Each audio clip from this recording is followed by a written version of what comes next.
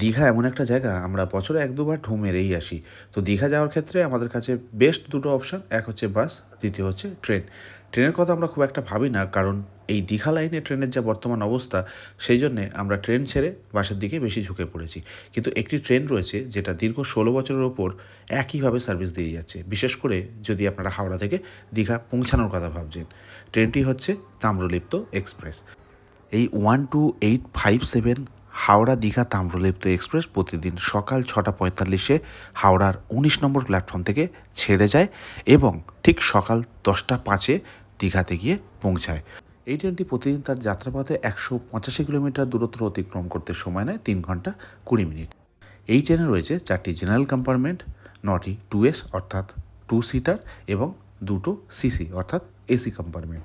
এই তাম্রলিপ্ত এক্সপ্রেসের ভাড়া হচ্ছে, যদি জেনারেল ক্যাটাগরির আপনি টিকিট কাটছেন তাহলে ৯০ টাকা। যদি আপনি 2Sে যাত্রা করতে চাইছেন তাহলে ভাড়া পড়বে ১১০ টাকা। এবার যদি আপনারা সিসি অর্থাৎ এসিতে জার্নি করতে চাইছেন তাহলে সেক্ষেত্রে ভাড়া পড়বে ৩৮৫ টাকা। এই তাম্রলিপ্ত এক্সপ্রেসে আরও একটি কোচ অ্যাড থাকে, সেটা হচ্ছে প্যান্ট্রিকার। সকালের ট্রেন আপনারা খাওয়া দাওয়া যদি না করে আসছেন তাহলে কোনো চিন্তার কারণ নেই, এখান থেকে আপনারা অর্থাৎ ট্রেন থেকে আপনারা অনবোর্ড খাবার পেয়ে যাবেন। এই ট্রেনটি হাওড়া থেকে দীঘা কিংবা দীঘা থেকে হাওড়া ফেরার সময় টোটাল মাঝখানে 6টি স্টপেজ দেয়। প্রথম স্টপেজ হাওড়ার দিক দিয়ে সাঁতরাগাছি, তারপরে উলুবেড়িয়া, তারপরে মেচেদা, তারপরে তমলুক, তারপরে কাঁথি, তারপরে রামনগর, তারপরে সরাসরি পৌঁছে যায় দীঘা। তো মোটামুটি 6টা হল নিয়ে এই ট্রেনটি 3 ঘন্টা 20 মিনিটের রাস্তা অতিক্রম করে। এবার যদি জার্নি এক্সপিরিয়েন্সের কথা বলতে বলেন তাহলে বলবো, কিছু জায়গায় দাঁড়ানো বাদ দিয়ে, কিছু জায়গায় জার্কিং বাদ দিয়ে ট্রেনটি কিন্তু মোটামুটি ঠিকঠাক টাইমে দীঘা পৌঁছে দেয়। কিন্তু ফেরার সময় ট্রেনটি একটু লেট করে। অন্যান্য ট্রেনের তুলনায় এই ট্রেনটি কিন্তু অনেক বেটার ট্রেন দীঘা যাওয়ার ক্ষেত্রে।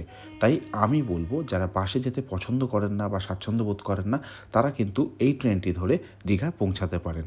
একটা ভালো জার্নি আমার মনে হয় আপনারা উপভোগ করতে পারবেন। এটার মানে কিন্তু কখনো এটা না যেটা আপনার পছন্দের মাধ্যম সেটা ছেড়ে আপনি এই ট্রেনটা ধরুন, আমি কখনো সেটা বলছি না।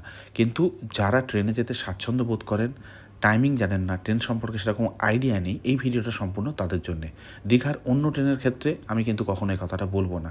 কিন্তু যদি আপনি বলেন তাম্রলিপ্ত এক্সপ্রেসের কথা, তাহলে বলবো এটিই একমাত্র ট্রেন যেটা সঠিক টাইমে আপনাকে দীঘা পৌঁছে দেবে।